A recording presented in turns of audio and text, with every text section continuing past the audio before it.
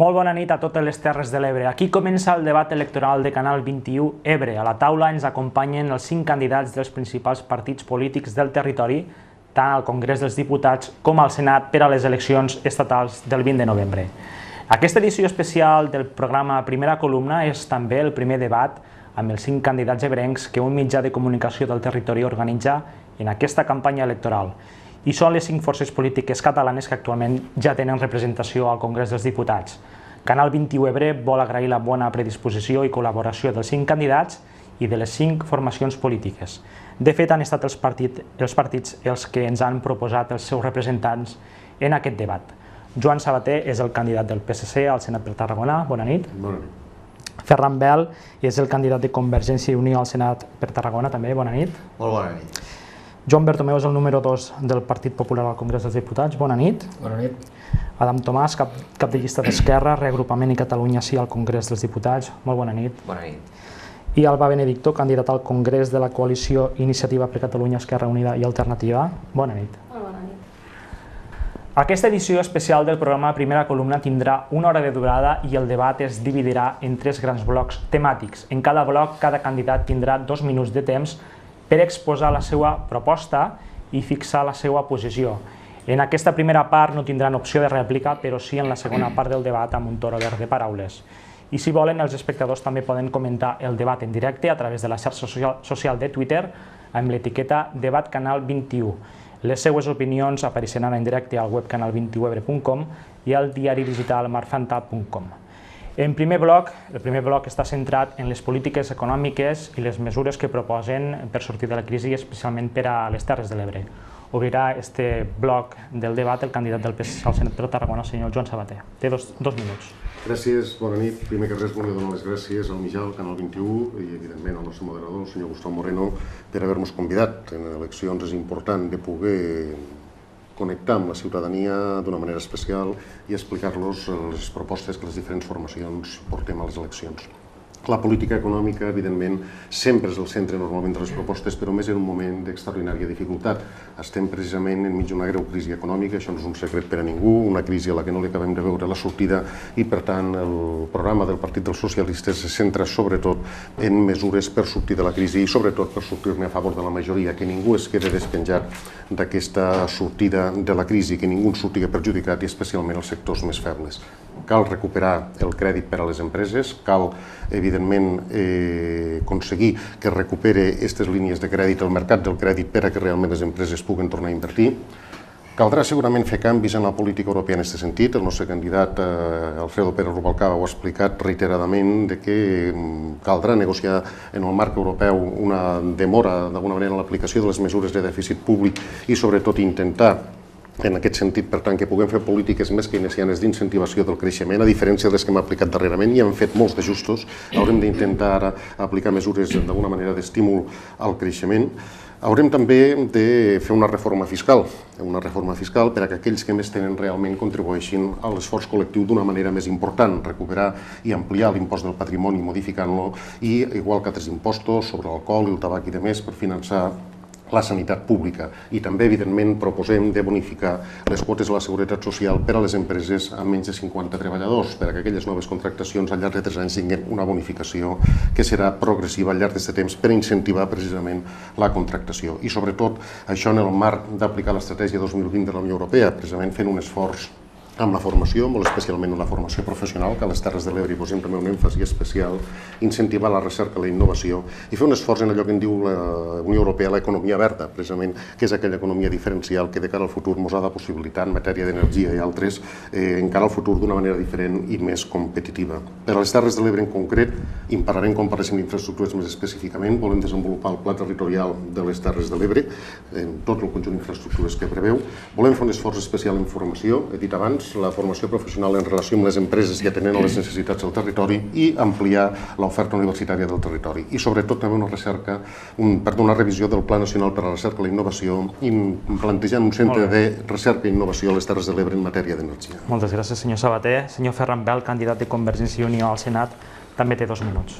Moltes gràcies també, Gustau. Jo també voldria començar agraint a la iniciativa de Canal 21 de poder reunir-nos a les 5 formacions polítiques aquí a l'Ebre, que o bé al Congrés o bé al Senat fem una proposta electoral de cara a aquestes eleccions el 20 de novembre.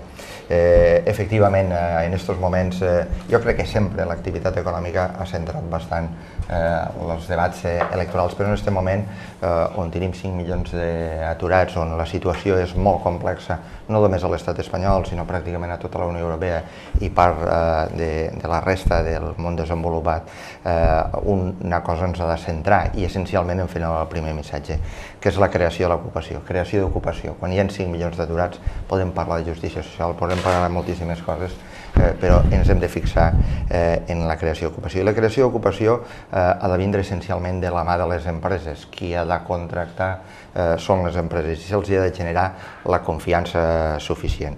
S'han de fer reformes profundes adreçades a que les empreses, essencialment, i no ens han d'enganyar, les petites i mitjanes empreses, que són les que generen el 80% de l'ocupació d'este país, estiguen en condicions de contractar millor i d'incrementar en la globalitat la productivitat. La productivitat s'incrementa invertint millor, per tant s'ha de fomentar la inversió dins de les empreses i aquí les reformes fiscals han d'anar precisament aquí, trobar nous sistemes d'amortització, incentius fiscals a la inversió productiva, no a la inversió especulativa, i s'ha de millorar també la qualitat de la mà d'obra, la qualitat, i això simplement només té un camp, que és la formació ocupacional, la formació dels joves, dels que s'incorporen al mercat laboral i de totes aquelles persones que han quedat temporalment excloses del mercat laboral i que han de reformular les seves habilitats professionals. La petita i mitjana empresa ha de tindre un millor sistema de finançament. Si no se fa una reforma profunda del sistema financer espanyol en què el crèdit arribi a les empreses, tot l'altre que fem no ens servirà de res i essencialment hem de parlar de pacte fiscal, un nou sistema de finançament per a Catalunya, un sistema de finançament basat en el concert econòmic, un sistema de finançament que evite aquesta sangria de 16.000 milions a l'any, que és el 9% del nostre PIB. I aquest pacte fiscal no només beneficiarà a la Generalitat de Catalunya, podrà beneficiar a les empreses i a la gent del territori i també als ajuntaments. Els ajuntaments, quan parlem d'economia, també hem de plantejar un nou sistema de finançament dels ajuntaments. Avui, els ajuntaments bascos i navarresos disposen d'un 38% més d'ingressos que els ajuntaments catalans. Molt bé, senyor Ferran Bel, moltes gràcies. Senyor Bertomeu, Joan Bertomeu, número 2 del PP al Congrés, és el seu torn, té 2 minuts. Molt bé, gràcies. Jo també afegir-me als companys en l'agraïment a Canal 21 de la possibilitat que feu que arribéssim a totes les cases de les Terres de l'Ebre el nostre missatge electoral per a aquestes eleccions del dia 20. I també agrair la presència dels companys en el cas de Joan Sabater, hem coincidit en molts debats, però potser el senyor Ferran, Adan i Alba és el primer cop que coincidim. Bé, la veritat és que de les intervencions inicials del Partit Socialista Podeo en alguna discreparia, i és quan parlem de que no veiem la sortida en aquesta crisi. I la sortida d'aquesta crisi, si mirem les altres nacions, no tots estem igual, perquè si tornem enrere, 4 anys enrere, quan fem el debat, recordarem que l'atur a Espanya era el 8%, a França era el 8% i a Alemanya era el 8%. Avui l'atur d'Alemanya és el 5%, a França és el 9,5% i a Espanya estem al 22%. Això vol dir que les polítiques econòmiques que s'han portat, les polítiques de creació d'empleo que s'han portat a nivell nacional no són les més oportunes. Per tant, si alguna de les mesures que va posar el Partit Popular, que ha proposat al llarg d'aquests 4 anys, se n'haguessin acceptat, potser la situació que mostrem avui no seria la mateixa. O sigui, sí que és veritat que hi ha una crisi, però sí que és veritat que la situació familiar de les famílies de cada casa als diferents països no és per tot igual. Per tant, el Partit Popular el que veiem, el primordial, és, en principi, la situació que es troben les famílies i la gent. És veritat el que deia el Ferran, que això arranca sempre per les empreses, són les empreses que han de crear els treballs, però també ens donem compte que les empreses últimament el que han fet és anar tancant portes. I per què? Perquè les accions o els acords o les decisions que s'ha pres des del govern central han sigut errònies i equivocades i ha forçat que les empreses hagin tingut que tancar i al darrere de l'empresa que tanca va la persona que se'n va a l'atur. Aquí hem arribat als 5 milions d'aturats que tenim avui.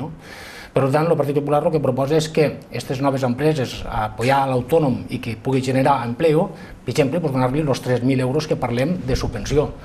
aquestes empreses que d'alguna manera estan pagant el 25% d'impost de societats, baixar-li el 20% i aquesta reducció d'impost de societats animar l'empresa. Si aquesta empresa al mateix temps, en vez de repartir els dividendos entre els seus accionistes, el que fa és deixar un 10% més a l'empresa, reduir-li un altre 10%. O sigui, l'ajudar a l'empresa és la promoció del treball i això és el que farà el Partit Popular en un futur. Molt bé, senyor Alberto, moltes gràcies. Senyor Adam Tomàs, candidat republicà al Congrés, pot disposar de 2 minuts. Moltes gràcies i, evidentment, també moltes gràcies per haver-nos convidat al debat. Com a mesures concretes, jo no entraré ara tampoc al debat, entenc que després tindrem una rèplica dels comentaris de cadascú, però com a mesures concretes, des d'Esquerra Republicana i Reagrupament, les propostes que portem és que és necessari abaratir la contractació.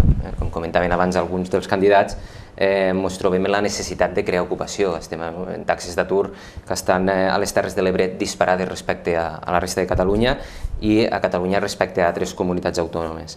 Nosaltres portem propostes de bonificacions a totes aquelles empreses que facin contractació de persones en l'atur, de fins a 3.000 euros en l'impost de societats.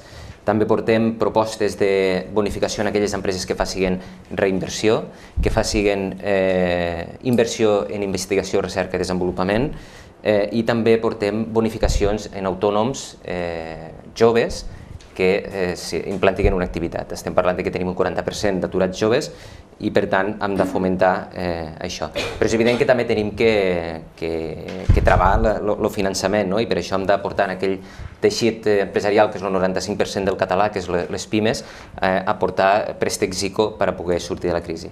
Totes aquestes propostes tampoc no aniran a cap lloc si no tenim un model de finançament com el concert econòmic.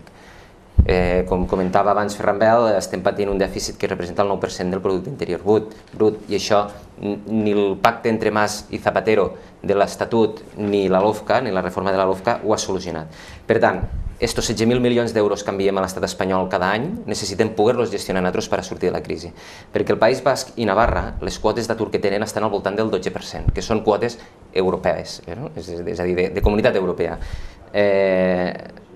Nosaltres entenem que si no gestionem els nostres ingressos, poques mesures podrem aplicar de les que portem no nosaltres, sinó tots els partits. La situació és un drama a tot arreu. I a més hem de tenir en compte que nosaltres estem enviant aquests diners a l'estat espanyol perquè altres comunitats autònomes de l'estat espanyol, en aquesta solidaritat que tenim, augmentin pressupostos i nosaltres l'estem reduint. Molt bé, senyor Tomàs.